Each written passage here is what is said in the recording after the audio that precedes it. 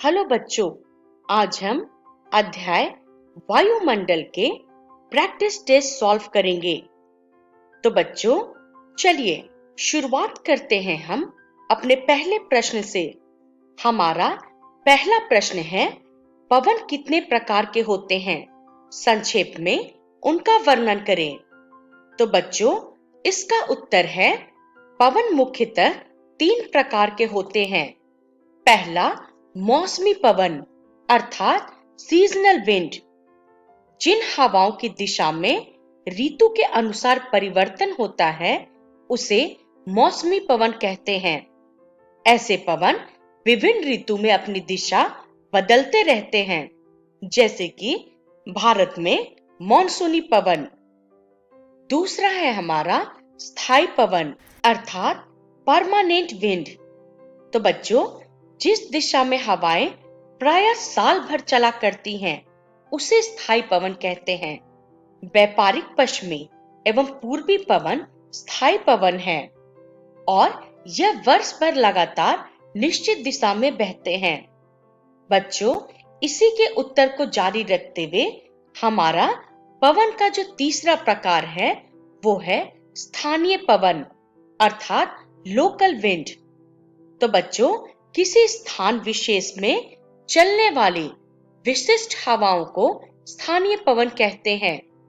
ये पवन किसी छोटे क्षेत्र में वर्ष या दिन के किसी विशेष समय में चलते हैं, जैसे कि स्थल एवं समुद्री समीर।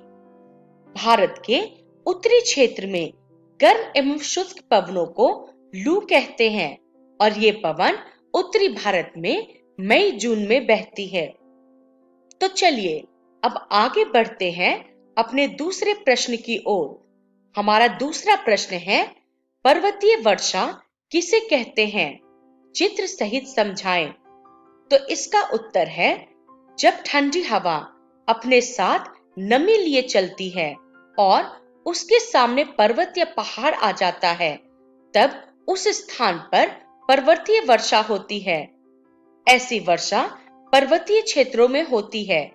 पर्वत की दूसरी ओर के हिस्से में वर्षा नहीं या बहुत कम होती है। इसे वृष्टि छाया अर्थात रेन शैडो वाले क्षेत्र कहते हैं। ऐसी वर्षा अधिकतर भूमध्य रेखा के क्षेत्र में होती है। तो बच्चों, इसका चित्र आप देख सकते हैं।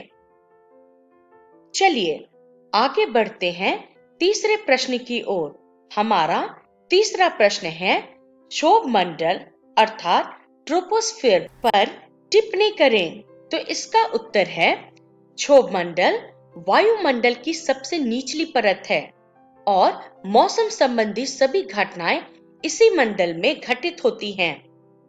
इसमें प्रति 165 मीटर की ऊंचाई पे वायु का तापमान 1 डिग्री सेल्सियस की औसत दर से घटता है अथवा 1000 मीटर की ऊंचाई पे 6.4 डिग्री सेंटीग्रेड तापमान कम होती है। इसे सामान्य ताप पतन दर कहते हैं।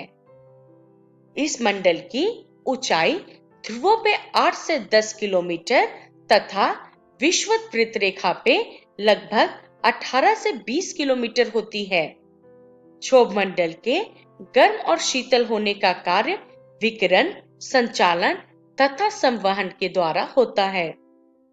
चलिए आगे बढ़ते हैं हम अपने चौथे प्रश्न की ओर। हमारा चौथा प्रश्न है, वायुमंडल की संरचना पे चर्चा करें। तो इसका उत्तर है, वायुमंडल 1600 किलोमीटर की ऊंचाई तक फैला है। वायुमंडल को उसके घटकों, तापमान तथा अन्य के आधार पे 5 परतों में बांटा जाता है। ऊंचाई बदलने के साथ वायुमंडल के घनत्व में भी बदलाव आता है। समुद्र तल पे हवा का घनत्व जो है वो सबसे अधिक होता है और जैसे जैसे हम ऊपर की ओर जाते हैं, हवा का घनत्व घटता जाता है। तो बच्चों, ये थे इस अध्याय के प्रैक्टिस क्वेश्चन। हम फिर मिलेंगे, तब तक के लिए धन्यवाद।